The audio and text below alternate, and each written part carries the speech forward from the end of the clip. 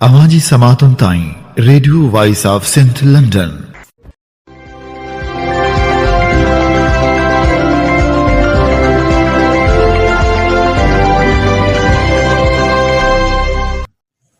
आप सुन रहे हैं radio voice of Sindh London.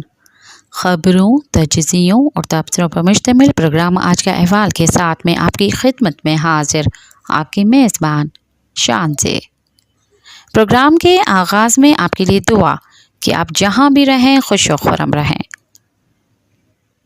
22 जनवरी 2025 बुध के दिन ये programme radio voice of Sindh London के स्टूडियो से आपकी खिदमत में बराह रास्त नशर किया जा रहा है।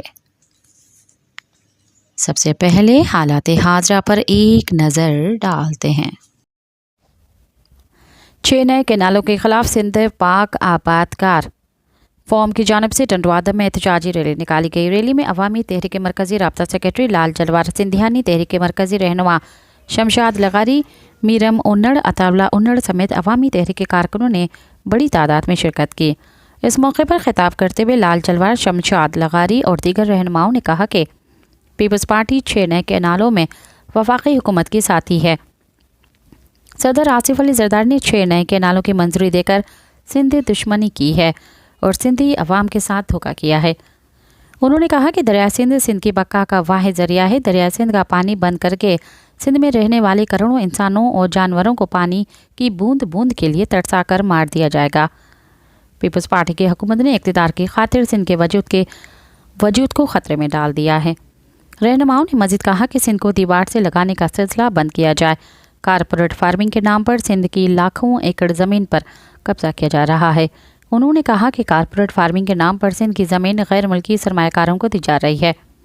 इरसा एक्ट में तरमीम करके कारपोरेट फार्मिंग कंपनियों को दरिया सिंध का पानी फ़रोख्त करने के लिए कानून साजी की जा रही है। रहनुमाओं ने कहा कि पीपल्स पार्टी ने बिलावल को वज़ीर आज़म बनाने के लिए पूरी सिंध को बेच दिया है। सिंध के अवाम अपनी ज़मीन और दरिया सिंध के सौदेबाजी बर्दाश्त नहीं करेंगे। जिस तरह सिंध के अवाम ने जनरल अयूब, ज़िया और मुशर्रफ के ख़िलाफ़ जद्दोजहद की थी, इसी तरह की जद्दोजहद पीपल्स पार्टी की हुकूमत के ख़िलाफ़ भी करनी होगी। पीपल्स पार्टी की सिंध दुश्मन साजिशों को दफन किया जाएगा। सिंध तरक्की पसंद पार्टी के चेयरमैन डॉक्टर कादिर मक्सी ने राब्ता मुहिम के सिलसिले में आज नौशर फ़िरोज़ पहुँचेगा। इसी हवाले से डॉक्टर कादिर मक्सी ने अपने जारी किए गए बयान में कहा है कि दरिया सिंध पर सिर्फ सिंध का हक है, यह हक छीनने की कोशिश की जा रही है। हम न सिर्फ ऐसे सिंध दुश्मन मंसूबों को मस्तरद करते हैं, हम नाइंसाफ़ियों के ख़िलाफ़ भरपूर एहतजाज करेंगे। डॉक्टर कादिर मक्सी का कहना है कि सिंध के लोग बाशऊर हो चुके हैं। वो दरिया सिंध पर डाका किसी भी सूरत में कबूल नहीं करेंगे। हम अवामी मुहिम से अवाम को बेदार कर रहे हैं। सिंध सागर पार्टी की जानिब से कंडियारों में सिंध के मज़ाहमती शहीद है मुकालानी की 82वीं बरसी की तकरीब प्रेस क्लब कंडियारों में सिंध सागर पार्टी के मरकज़ी सदर मंसूर जक्खड़ की सदारत में मुनक़्क़द हुई, जिसमें सियासी समाजी कारकुनान और खैर ख्वाहों ने शिरकत की और अपने कौमी जज्बे का इजहार किया। इस मौके पर सिंध सागर पार्टी के मरकज़ी सदर मंसूर जक्खड़, सिंध सागर पार्टी के मरकज़ी रहनुमा अब्दुल जब्बार मोहम्मद सिद्दीक अबड़ो, अल्ताफ़ हुसैन सिंधी, एडवोकेट वज़ीर अहमद अजन, गफ़ार अब्बासी, सरमद सैयद, शकील घांगरे और दीगर ने खिताब करते हुए कहा कि है मुकालानी एक मिसाली हीरो, एक इनकलाबी रहनुमा और नई नस्ल के लिए आज़ादी की अलामत है। उन्होंने मुल्क की आज़ादी के लिए मज़ाहमती जद्दोजहद की और फांसी के फंदे को चूमा। हेमन कालानी 23 मार्च 1923 को पुरानी सखर के एक ठेकेदार पीसुमल कालानी के घर पैदा हुए। सखर में तालीम हासिल करते हुए सिंध इनकलाबी पार्टी के नाम से एक मज़ाहमती तंजीम की बुनियाद रखी और अंग्रेज़ों के ख़िलाफ़ इनकलाबी जद्दोजहद का आगाज़ किया। इस तंजीम में सिंध के हिंदू और मुस्लिम तलबा शामिल थे। उसे 21 जनवरी 1943 को फांसी दी गई थी। मुकर्रिरीन का मज़ीद कहना था कि हेमू कालानी सिंध के एक बहादुर और मिसाली इनकलाबी कारकुन थे। कौम परस्त रहनुमा खालिक जुनेजू ने सिंध की कौमी वहदत के बारे में मौक़िफ़ देते हुए अपने बयान में कहा है कि सिंध एक कौमी वहदत और सिंधियों का तारीख़ी वतन है। कराची न सिर्फ सिंध का दारुल हुकूमत है बल्कि तारीख़ी तौर पर सिंध का हिस्सा है। सिंध में मुस्तकिल आबाद मुख्तलिफ़ ज़बानों और सकाफ़तों के लोग सियासी तौर पर सिंधी कौम का हिस्सा हैं, जिनके हकूक़ और फ़राइज़ यकसा हैं। इसके लिए ज़रूरी है कि वो कोई अलहदा कौमी शनाख्त न रखें और अपनी ज़बान और सकाफ़त को बरकरार रखते हुए سندھ کے سیاسی اور معاشی حقوق کے لیے مشترکہ جدوجہد میں اپنا برابر حصہ اور بھرپور کردار ادا کرے۔ جامعہ کراچی کا عجیب و غریب فیصلہ سامنے آیا۔ انتظامیہ کے نوٹیفیکیشن کے مطابق طلباء کو کلاسز میں شرکت کے دوران صاف ستھرا اور معمولی لباس پہننا ہوگا۔ اشتعال انگیز، افشا کرنے والے یا نفرت انگیز پیغامات لکھے لباس کی سختی سے حوصلہ شکنی کی جائے گی۔ نوٹیفیکیشن میں یہ بھی واضح کیا گیا ہے کہ چھوٹی آستینے والے تنگ فٹ یا نامناسب پرنٹس والے کپڑوں کی اجازت نہیں ہے۔ ان رہنما خطوط کے تحت طلباء عام چپلیں بھی نہ پہنیں۔ نئے قوانین نے طلباء کی طرف سے احتجاج کو جنم دیا ہے جو اپنی مخالفت میں آواز اٹھا رہے ہیں۔ گزشتہ چند دنوں سے طلباء ڈریس کوڈ کی پالیسی کی فوری طور پر واپسی لینے کا مطالبہ کرتے ہوئے مظاہرے کر رہے ہیں۔ ان کے احتجاج نے باقاعدہ کلاسوں میں خلل ڈالا ہے۔ کچھ طلباء نے کلاسوں کا جزوی بائیکاٹ کیا ہے۔ سندھ میں غیرت کے نام پر قتل کے واقعات روز کا معمول بنتے جا رہے ہیں۔ ملیر میں باپ نے فائرنگ کر کے بیٹی اور اس کے دوست کو قتل کر دیا۔ پولیس کے مطابق جاں بحق ہونے والی لڑکی کی شناخت فاطمہ کے نام سے ہوئی ہے اور مرنے والے نوجوان کی شناخت نہیں ہو سکی ہے۔ پولیس کا بتانا ہے کہ فائرنگ لڑکی کے باپ اظہر نے کی۔ ملزم نے دونوں کو غیرت کے نام پر قتل کیا۔ واردات کے بعد ملزم کو موقع سے گرفتار کر لیا گیا ہے۔ سانگڑ کے علاقے نو آباد سے اغوا ہونے والے استاد ریجھو مل میں گھواڑ تاحال بازیاب نہ ہو سکے۔ مقوی کے گھر میں پریشانی والی صورتحال ہے۔ ورثاء نے مطالبہ کیا ہے کہ ریجھو مل کو جلد بازیاب کرایا جائے۔ کراچی میں بچوں کو لاپتہ ہونے کا ایک اور واقعہ پیش آ گیا ہے۔ اورنگی ٹاؤن کے علاقے فرنٹیئر کالونی سے 2 بچے لاپتہ ہو گئے۔ پولیس حکام کے مطابق پیر آباد کا رہائشی 14 سال کا مبشر 11 جنوری کو لاپتہ ہوا۔ مبشر گھر سے مدرسے جانے کے لیے نکلا تھا لیکن مدرسے سے نہیں پہنچا۔ حکام نے کہا کہ فرنٹیئر کالونی کا رہائشی 10 سالہ ایان 17 جنوری کو لاپتہ ہوا۔ ایان کا ذہنی توازن درست نہیں، گھر سے باہر نکل گیا تھا۔ پولیس حکام کا کہنا تھا کہ دونوں بچوں کے مقدمات اغوا کے دفعہ کے تحت درج کر لیے گئے ہیں جبکہ معاملے کی تحقیقات جاری ہے۔ حکام نے بتایا کہ علاقے میں CCTV کیمروں کی فوٹیجز حاصل کی جا رہی ہے۔ کراچی کے علاقے گلشن اقبال سے 15 سال کی لڑکی کو مبینہ طور پر اغوا کر لیا گیا۔ پولیس کے مطابق گلشن اقبال تھانے میں لڑکی کے والد کی مدعیت میں مقدمہ درج کیا گیا ہے۔ اہل خانہ کے مطابق لڑکی 17 جنوری کی رات کو لاپتہ ہوئی۔ لڑکی کے والد نے گلی کے سیکیورٹی گارڈ پر الزام عائد کیا ہے۔ پولیس کے مطابق سیکیورٹی گارڈ مٹیاری کا رہائشی اور کرمنل ریکارڈ یافتہ ہے۔ پولیس کے مطابق لاپتہ لڑکی کی تلاش شروع کر دی گئی ہے۔ سندھ ہائی کورٹ کے آئینی بینچ نے ریٹائرڈ ملازم کے واجبات کی عدم ادائیگی کے کیس میں ٹاؤن میونسپل کمشنر کو 28 جنوری تک پیش نہ ہونے پر گرفتار کر کے پیش کیے جانے کا حکم دے دیا۔ سندھ ہائی کورٹ میں ٹاؤن میونسپل کمشنر بلدیہ کے ریٹائرڈ ملازم کے واجبات کی عدم ادائیگی کے کیس پر جسٹس کے آغا نے سماعت کی۔ عدالت نے ٹاؤن میونسپل کمشنر بلدیہ محمد عارف کی عدم پیشی پر وارنٹ گرفتاری جاری کر دی ہے۔ عدالت نے حکم دیتے ہوئے کہا کہ ٹاؤن میونسپل کمشنر 28 جنوری تک پیش نہ ہوں تو انہیں گرفتار کر کے پیش کیا جائے۔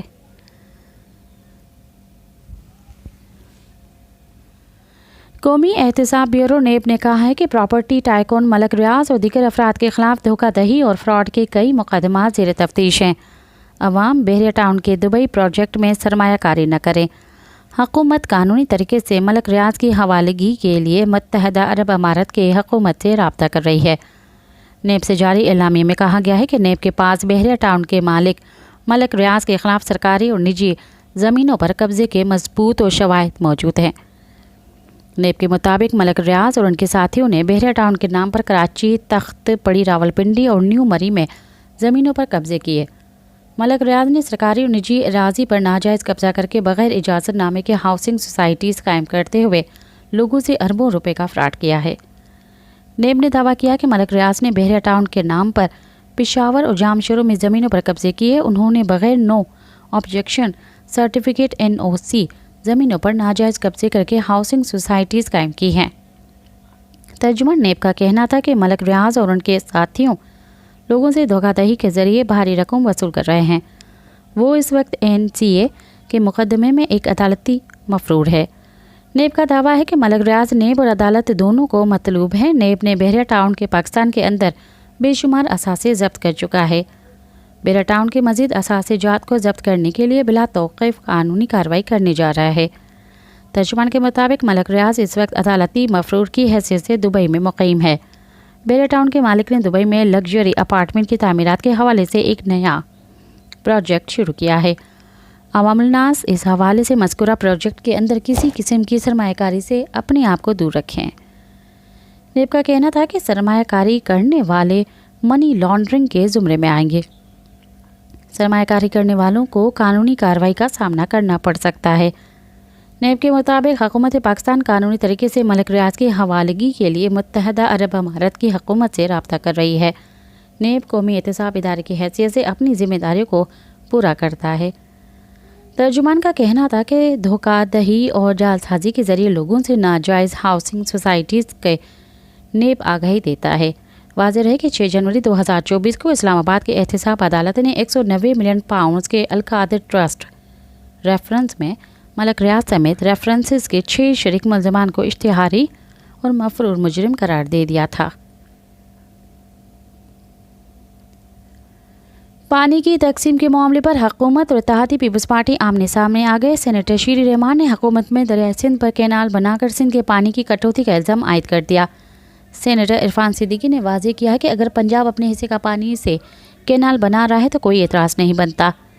سینیٹ اجلاس میں پیپلز پارٹی کے سینیٹر شیری رحمان نے دریائے سندھ پر کمرشل کموڈٹی فارمنگ کے لیے بیراج ڈیمز کینال کی تعمیر سے متعلق تحریک التوا پیش کی۔ انہوں نے کہا کہ اس معاملے پر سندھ کے تمام علاقوں میں شدید احتجاج ہوا۔ حکومتی فیصلے پر سندھ سے کوئی مشاورت نہیں کی گئی۔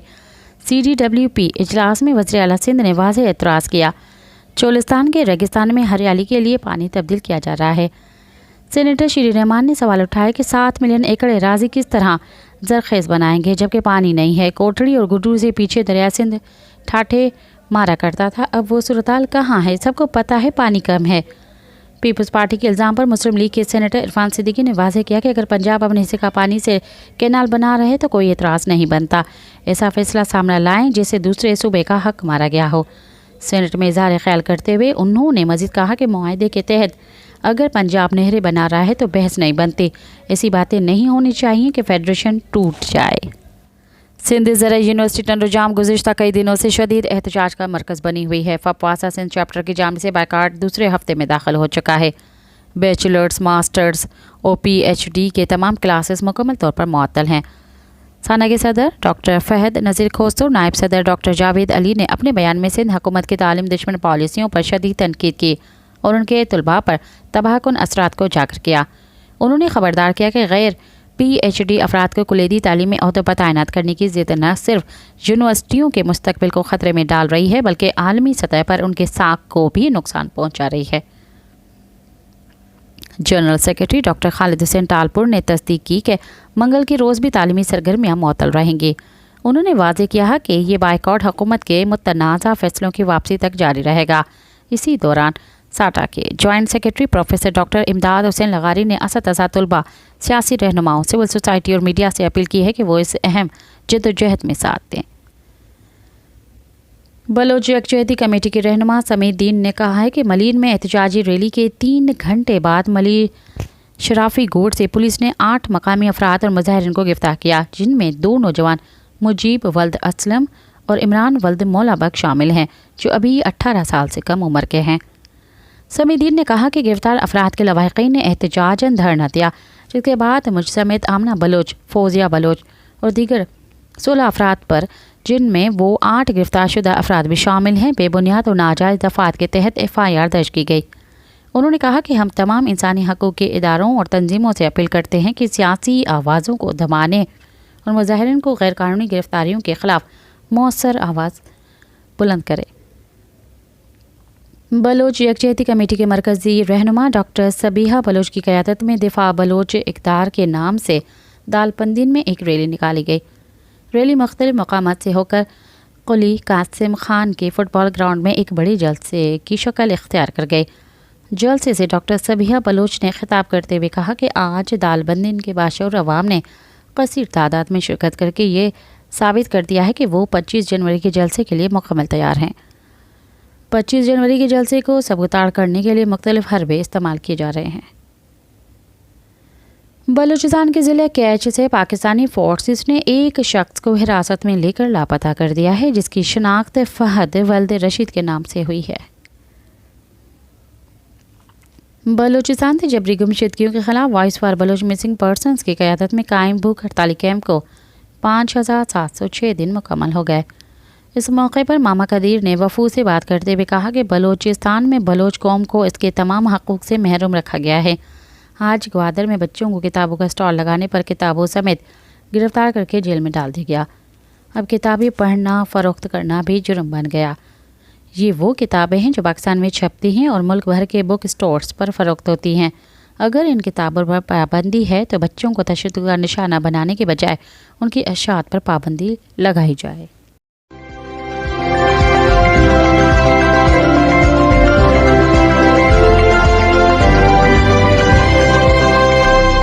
अब प्रोग्राम में शामिल करते हैं तजज़िये और तबसरे।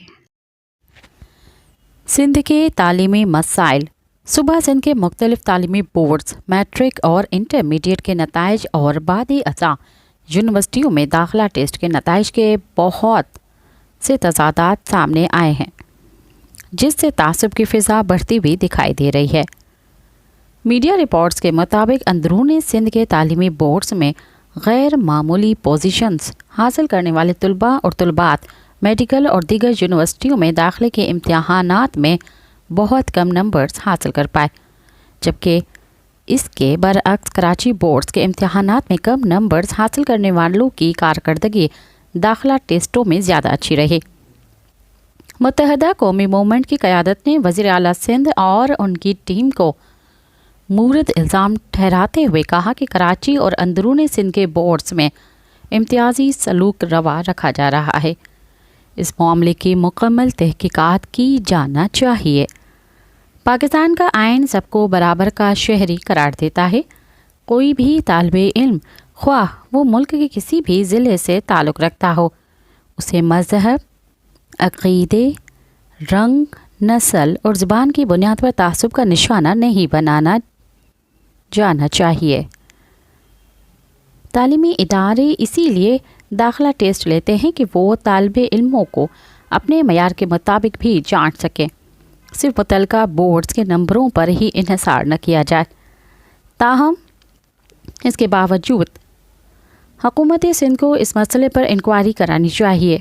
सूबाई महकमा तालीम को मुतलका बोर्ड से जवाब तलबी करनी चाहिए कि उनके यहाँ तुलबा इतने नंबर्स कैसे हासिल करने में कामयाब हो रहे हैं, जबकि उनकी कारकर्दगी कराची के तालीमी इदारों के दाखिला टेस्टों और उनके रिज़ल्ट कार्ड्स में दर्ज नंबरों की अक्कासी नहीं करते।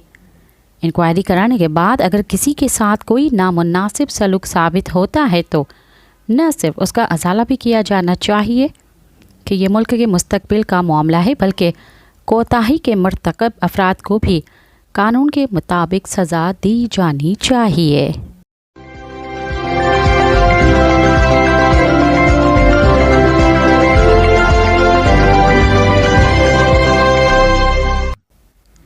नई नहरें निकालने के मंसूबे के ख़िलाफ़ सिंध में एहतजाज और मुज़ाहरे क्यों के उन्वान से मनीष कुमार ने लिखा।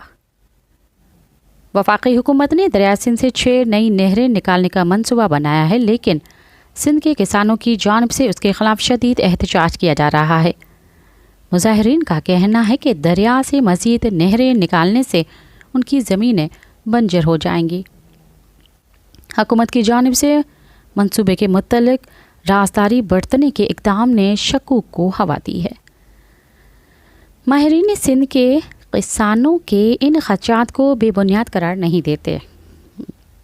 वफाकी हुकूमत के इदारे central development working party CDWP ने 12 अक्टूबर को 231 अरब रुपए के मंसूबे की मंजूरी दी और उसे आगे बढ़ाने के लिए मामला खामोशी से नेशनल इकनॉमिक काउंसिल के एग्जीक्यूटिव कमेटी किंग को इरसा कर दिया।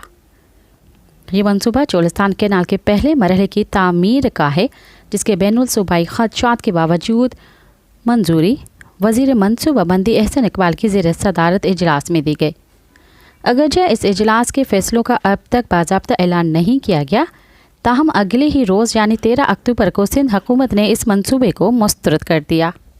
یہ منصوبہ چولستان کینال کے پہلے مرحلے کی تعمیر کا ہے، جس کے بین الصوبائی خدشات کے باوجود منظوری وزیر منصوبہ بندی احسن اقبال کی زیر صدارت اجلاس میں دی گئی۔ اگرچہ اس اجلاس کے فیصلے کا اب تک باضابطہ اعلان نہیں کیا گیا، تاہم اگلے ہی روز یعنی 13 اکتوبر کو سندھ حکومت نے اس منصوبے کو مسترد کر دیا۔ رپورٹ کے مطابق حکومت پنجاب نے Cholistan canal and systems phase 1 کی لاگت کا تخمینہ 211 ارب 34 کروڑ روپے لگایا ہے، جبکہ منصوبے کے راستے سے دفاعی تنصیبات کی منتقلی کے اخراجات 19.5 ارب 50 کروڑ روپے بتائے جا رہے ہیں۔ رپورٹ میں بتایا گیا ہے کہ ایکنگ کو یہ فیصلہ بھی کرنا ہوگا کہ کیا پانی کے اس منصوبے کو مشترکہ مفادات کونسل CCI کی منظوری کے بغیر آگے بڑھایا جا سکتا ہے یا نہیں۔ اس رپورٹ کے مطابق مجوزہ کینال کا منصوبہ گرین پاکستان انیشیٹو کا حصہ ہے، جس کو وفاقی حکومت، پنجاب حکومت اور خصوصی سرمایہ کاری سہولت کونسل SIFC کی حمایت حاصل ہے۔ وفاقی حکومت گرین پاکستان انیشیٹو کے تحت آئندہ 4-5 سال کے دوران زرعی شعبے میں 30 سے 50 ارب ڈالر کی غیر ملکی سرمایہ کاری لانے کا ارادہ رکھتی ہے، جس کے لیے special investment facilitation centre SIFC پہلے ہی خوراک اور زراعت کے منصوبے سمیت 28 پروجیکٹس کی منظوری دے چکا ہے۔ اس پروگرام کا مقصد پاکستان بھر میں 9 کروڑ 10 لاکھ ایکڑ غیر آباد زمینوں کو زراعت، لائیو اسٹاک اور فارمنگ کے لیے زیر استعمال لانا ہے، جس میں سرمایہ کاری کے لیے سعودی عرب، قطر، بحرین اور عرب امارات سمیت خلیجی ممالک دلچسپی ظاہر کر رہے ہیں۔ چولستان کینال کا منصوبہ منظر عام پر آتے ہی مزید 5 نہریں نکالنے کی اطلاعات گردش کرنے لگی تو سندھ بھر میں سیاسی، سماجی اور کسان تنظیموں کا احتجاج اور مظاہرے شروع ہو گئے۔ انجینئر اوبہایو خشک آبی امور کے ماہر ہیں، وہ بتاتے ہیں کہ ملک میں بنجر زمینوں کی آباد کاری کے لیے 6 نہریں نکالنے کا منصوبہ تو بہت عرصے سے زیر بحث ہے، مگر حالیہ دنوں میں اس میں پیش رفت نظر آئی ہے۔ وہ کہتے ہیں کہ اس منصوبے میں 2 نہریں سندھ کی ہیں، ایک سکھر بیراج سے نکالی گئی رینی کینال کا فیز 2 ہے، جس میں سے اب تھر کینال بھی نکالی جائے گی۔ تیسری نہر تونسا بیراج بلوچستان کے لیے نکالی گئی کچھی کینال کا فیز 2 ہے، اور چوتھی چشمہ رائٹ بینک کینال کا فیز 2 ہے۔ ان کا کہنا ہے کہ اس منصوبے کے تحت پنجاب کے لیے 2 نہریں بنائی جانی ہیں، جن میں گریٹر تھل کینال کا فیز 2 اور چولستان کینال شامل ہیں۔ ان دونوں نہروں کو بھی دریائے سندھ سے پانی فراہم کیا جائے گا۔ اصل مسئلہ چولستان کینال ہے، جس کے لیے پانی دریائے چناب کے ذریعے ستلج میں ڈالا جائے گا اور وہاں سے چولستان کو ملے گا۔ پہلے مرحلے میں اس مقصد کے لیے اٹسا سے 6 لاکھ ایکڑ رقبے کے پانی کی منظوری لی گئی، مگر اب مزید 20 لاکھ ایکڑ کے لیے پانی مانگا گیا ہے۔ سندھ پہلے ہی پانی کی قلت کا شکار ہے، اس فیصلے سے صوبے کی زمین بنجر ہو جائے گی۔ سندھ ملک کا نچلا علاقہ لوور ریپیرین ہونے کے ناطے ہمیشہ کوٹڑی بیراج سے نیچے دریا میں پانی نہ ملنے کا شکوہ کرتا آ رہا ہے، جبکہ عالمی سماجی اور ماحولیاتی ماہرین کہتے ہیں کہ سمندر میں پانی کی طے شدہ مقدار 10 ملین ایکڑ فٹ نہ چھوڑی گئی تو انڈس ڈیلٹا برباد ہو جائے گا۔ پرویز مشرف دور میں ملک میں جب گریٹر تھل کینال، کچھی کینال وغیرہ بنانے کا فیصلہ کیا گیا تو اس وقت سیلابی پانی کے ضیاع پر بحث چل گئی تھی۔ محمد اسلم سمو انڈس ڈیلٹا کے قدیمی مرکز کیٹی بندر ٹاؤن کے رہائشی ہیں۔ وہ بتاتے ہیں کہ ریونیو ریکارڈ کے مطابق 1 اشرہ قبل کیٹی بندر کے نواح میں 10-15 سال پہلے تک 48 گاؤں آباد تھے، جہاں اب 10 باقی رہ گئے ہیں، جبکہ کھارو چھان کے 38 گاؤں میں سے صرف 3 ہی آباد ہیں، دیگر تمام ویران ہو گئے۔ ڈیلٹا سرخ چاول، دودھ، مکھن، شہد اور پلہ مچھلی کی پیداوار کے لیے مشہور تھا۔ لوگ دور دور سے یہاں مزدوری کے لیے آتے تھے، لیکن اب ہم اسے اپنے سامنے دم توڑتے دیکھ رہے ہیں۔ ہزاروں خاندان یہ علاقہ چھوڑ کر جا چکے ہیں اور باقی دیگر علاقوں میں مزدوری کے لیے در بدر پھر رہے ہیں۔ ورلڈ بینک کی رپورٹ کہتی ہے کہ انڈس ڈیلٹا کی تنزلی ڈی گریڈیشن سے ملک کو سالانہ تقریباً $2 ارب کا نقصان ہو رہا ہے۔ लेकिन बदकिस्मती से मुल्क के बेशतर शहरियों में आम तौर पर यह तासुर पाया जाता है कि समंदर में जाने वाला पानी ज़ाया हो रहा है और नहरों और आबी ज़खायर के मुखालिफ मुल्की तरक्की के मुखालिफ हैं। इंजीनियर ओबायो खुश्क को खदशा है कि अगर चोलिस्तान कैनाल बन गई तो सखर बैराज के लाखों एकड़ कमांड एरिया के लिए पानी नहीं बचेगा और सिंध वीरान हो जाएगा।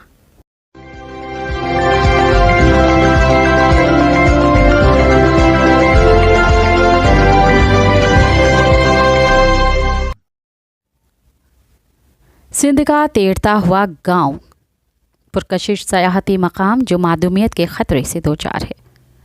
इस हवाले से रफ़ी अब्बासी ने लिखा, दुनिया के मुख्तलिफ ममालिक में सतह आब पर आबाद बस्तियों के बारे में तो पढ़ते रहते हैं जो दरिया या समंदर में बांसों और शहतीरों के सहारे बनाए गए घरों पर मुश्तमिल हैं।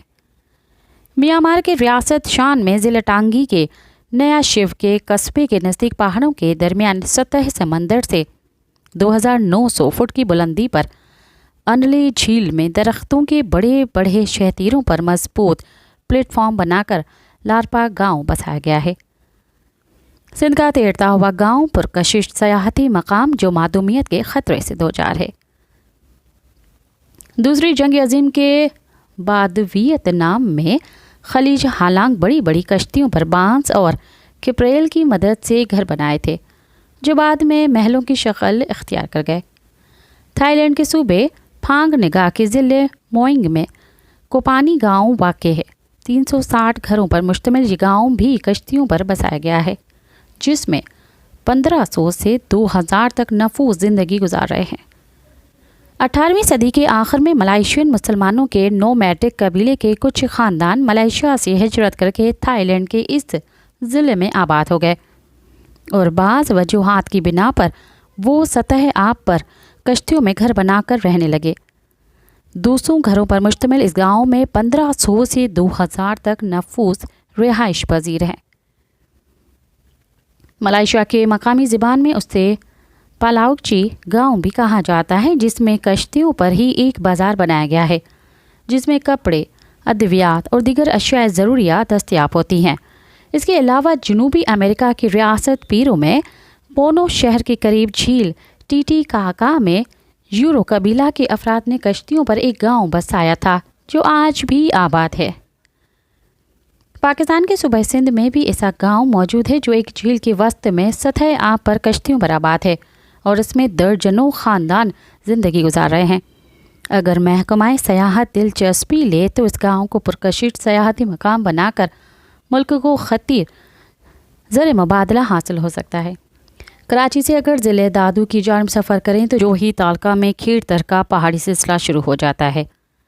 सेवन शरीफ से 18 किलोमीटर और कराची से 280 किलोमीटर के फासले पर दुनिया की कदीम तरीन मंचर झील वाक़ है। उसे एशिया में मीठे पानी की सबसे बड़ी झील कहा जाता है और पाकिस्तान के बड़े आबी ज़खायर में से एक है। ये कब वजूद में आई, इसके बारे में कहा जाता है कि ये झील मोहनजोदड़ो और हड़प्पा की तहज़ीबों से भी ज़्यादा कदीम है, लेकिन कुछ लोगों का कहना है कि 1930 में सखर बैराज की तामीर के वक्त ये झील बनाई गई थी। इसमें पानी का मनबा बलूचिस्तान के खीरथर पहाड़ियों से बहकर आने वाला पानी है, लेकिन बारिश का पानी भी झील के सतह आब में इजाफे का सबब बनता है। इसका रकबा मौसम के एतबार से घटता बढ़ता रहता है जो अमूमन 350 से 520 रकबे पर मुश्तमिल रहता है और ये झांगारा से शाह हसन बूबक तक फैली हुई है। इसका शुमार सिंध के दिलकश तफरीही मकामात में होता है और मुल्क के दूर दराज इलाक़ों से लोग छुट्टियों के दिनों में यहाँ तफरीह के गर्ज से आते हैं। वैसे तो कुदरती मनाजिर और जंगली हयात की वजह से ये झील दुनिया भर में मारूफ है, लेकिन इसका असल हुस्न सतह आब पर लकड़ियों की कश्तियों पर आबाद गांव है, जिसे देखने के लिए मुल्की और गैर मुल्की सयाहों की बड़ी तादाद यहाँ आती है। वो मंचर झील के किनारे बने घाट से कश्ती किराए पर लेकर इस बस्ती में जाते हैं और इसके बासियों के तर्ज़ ज़िंदगी का मुशाहिदा करते हैं। सतह आब पर कायम इस गांव में मोहाना कबीले के अफराद रहते हैं जिन्हें मीर बहर भी कहा जाता है। ये लोग कई नस्लों से कश्तियों पर बनी झोंपड़ियों में खालिस कुदरती माहौल में ज़िंदगी बसर कर रहे हैं। उनकी कश्तियों पर न तो बरक़ी रोशनी का निज़ाम है, न पीने के साफ़ पानी की सहूलत मौजूद है और ना ही दीगर ज़रूरियाती ज़िंदगी की आसानी है, लेकिन कश्तियों के बासी अपनी ज़िंदगी से मुतमईन है। सतह आप पर तैरते हुए इस गांव के बासियों के मुताबिक चंद अशरे कबल तक यहाँ 400 के करीब कश्तियाँ मौजूद थीं, जिन पर सैकड़ों ख़ानदान आबाद थे, जिनकी गुज़र औकात का ज़रिया माहीगीरी था। उन लोगों का खाना पीना सोना हत्ता कि शादी ब्याह की तकरीबात भी इन्हीं कश्तियों पर मुनक़द होती थीं। 2 कश्तियाँ मिलाकर उन पर छप्पर डाल दिया जाता है, जो झोंपड़ी के मांद मालूम होता। ये सतह आप पर रहने वाले बासियों को धूप, सर्दियों की यखबस्ता हवाओं और बारिश से महफूज रखता है। बरसात के दिनों में जब झील में सैलाबी कैफियत होती है तो वहाँ कश्तियों को किनारे पर लगाया जाता है। सतह आप पर बने इन घरों के अंदर कमरों की सूरत में बांस और चटाइयों की मदद से कंपार्टमेंट बने होते हैं, जिनमें 4 पाइयाँ बिछी होती हैं। पानी की टंकियाँ, अशियाए ज़रूरिया, बाहर रस्सी पर लटके रंग बिरंगे कपड़े इस तैरती हुई बस्ती के रिहायशियों का कुल असासा है। इस झील में अब ऐसी चंद ही रिहाइश गाहें रह गई हैं, वरना किसी दौर में यहाँ पूरा मोहल्ला आबाद था। कश्तियों के साथ झील में बने खुशकी के छोटे छोटे क़त्आत या तकरीबन 50 मरबा गज़ रकबे पर मुश्तमिल छोटे छोटे जज़ायर भी माहीगीरों का मस्कन रहे हैं, जो अब झील से निकलकर किनारे पर बस गए हैं। इन नन्हे मुन्ने जजीरों में से एक पर बना बड़ा सा मिट्टी का चूल्हा और दूसरी इमारत के आसार अब भी मौजूद हैं। उन्हें देखकर मालूम होता है कि कभी भी ये हंसते खेलते लोगों की बस्ती रही होगी। बेशतर कश्तियों के घरों में चूल्हे भी मौजूद हैं, जिनमें या तो कश्तियों के बासी अपने बच्चों को सुलाते हैं या खुद उन पर झूलते हुए महसूस होते हैं। कश्ती पर बने घरों में उनका बिछौना रंग बिरंगी रलियों पर मुश्तमिल होता है, जो इंतहाई खूबसूरत लगती हैं। दिन के औकात में इन रलियों को कश्ती के छप्परों पर डाल दिया जाता है, जिससे इस तैरते हुए गांव का मंजर और भी ज़्यादा दिल फरेब हो जाता है। इन कश्तियों में से हर एक में से 8 से 10 अफराद रहते हैं। इन लोगों का पेशा माहीगीरी है और इस तैरते हुए गांव के हर ख़ानदान के पास एक छोटी कश्ती भी होती है, जिस पर बैठकर ये लोग झील में मछलियाँ पकड़ते हैं। इस गांव के बासियों का रहन सहन खालिस कुदरती माहौल पर मबनी है। मोमबत्ती या लालटेन जलाकर रात की तारीखी में उजाला करने की कोशिश करते हैं, जबकि एक हिस्से में उन्होंने मिट्टी के चूल्हे बनाए हुए हैं, जिनमें आबी पौधे और झाड़ियों को खुश्क करके आग जलाने का सामा किया जाता है, जिन पर ख़वातीन खाना पकाती हैं। झील में कमल की बेलों की बहुतात है। मोहाना कबीले के ज़्यादातर अफराद कमल के बीजों, कलियों, उसकी जड़ों को बतौर सब्ज़ी पकाकर कर खाते हैं, जो उनकी पसंदीदा खुराक है। उनकी ख़वातीन कश्तियों पर ही कपड़े धोती हैं और बांसों पर बंधी रस्सियों पर सुखाती हैं। साइबेरिया और दीगर ठंडे ममालिक से परिंदे मंछर झील की तरफ हिजरत करके आते हैं। इन परिंदों में हंस, लाखुजानी, राजहंस, आरी जल मुर्गी, नीगरी, नीलसर और बहुत से मुख्तलिफ इक़साम की बतखें, जबकि मकामी परिंदे जिनमें कलगी वाले हंस शामिल हैं, वो तवील परवाज़ के बाद थक कर इन कश्तियों पर आकर बैठ जाते हैं, जिन्हें कश्ती पर रहने वाले लोग हाथ से पकड़ लेते हैं। बाद-ए-अज़ा इन परिंदों को बाज़ार में फ़रोख्त करके उन्हें गुज़रे औकात के लिए चंद रुपए मिल जाते हैं। झील के वस्त में एक मज़ार है, जो देखभाल न होने की वजह से झील में उगने वाले खुरदरो झाड़ियों की आड़ में छुप गया है। 1.5 अशरा कबल तक मंछर झील में 400 इक़साम की मछलियाँ आबी हयात की सूरत में मौजूद थीं, जिसकी वजह से कबीले के अफराद खुशहाल ज़िंदगी गुजारते थे। लेकिन अब यहाँ की सूरत हाल इंतहाई नागुफ्ताब है और पाकिस्तान का ये तैरता हुआ गाँव मादूमियत के ख़तरे से दो चार है। करीबी इलाकों में सनतों के क़याम की वजह से फैक्ट्रियों का सारा फजला और कीमियाई मादा बहकर झील में आता है, जिसकी वजह से उसका पानी जहरीला हो गया है और मछलियों को सिर्फ 40 इक़साम बाकी रह गई हैं। जबकि परिंदों की आमद में भी कमी वाक़ई हुई है। बस्ती के लोग जो मछली पकड़ते हैं उन्हें एजेंट कम कीमत में ख़रीदता है और ख़ुद बाज़ार में 4 गुना ज़्यादा नरख पर फ़रोख्त कर देता है। इन वजूहात से यहाँ की ज़्यादातर बासी नकल मकानी कर चुके हैं और अब इसमें मोहाना कबीले के अफराद की इंतहाई कलील तादाद बची है, जो मुआशी परेशानियों से तंग आकर किसी वक्त भी नकल मकानी पर मजबूर हो सकते हैं, जिसके बाद पाकिस्तान के इस वाहिद तैरते हुए गांव का नाम और निशान मिट जाएगा।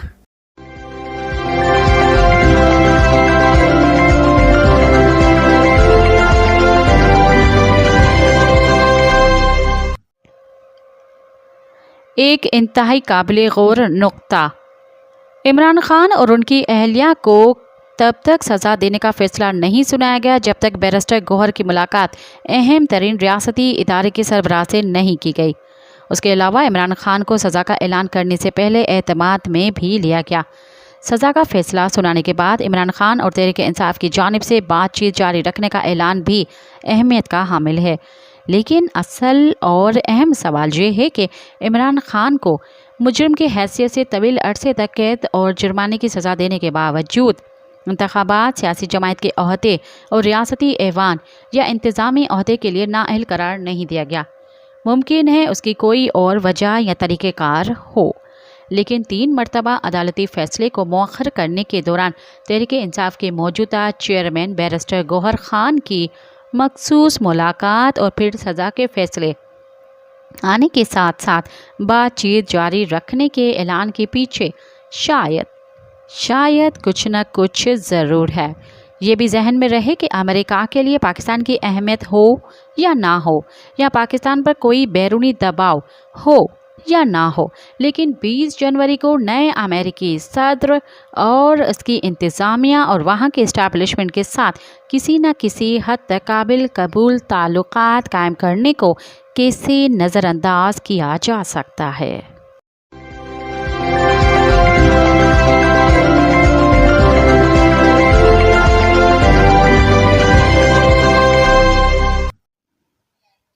अब तक के लिए इतना ही। मुझे दें इजाज़त। याद रखें, मौत आने तक जारी रहने वाली जिद्दोजहद की कोई हद नहीं है। दुनिया के किसी भी गोशे में जो कुछ भी हो रहा है, हम उससे लाताल्लुक़ नहीं रह सकते। साम्राज्य के ख़िलाफ़ किसी एक मुल्क की फ़तह हमारी फ़तह और किसी एक मुल्क की शिकस्त हमारी शिकस्त है। साथ सलामत। अवाजी समातुन ताई radio voice of Sindh London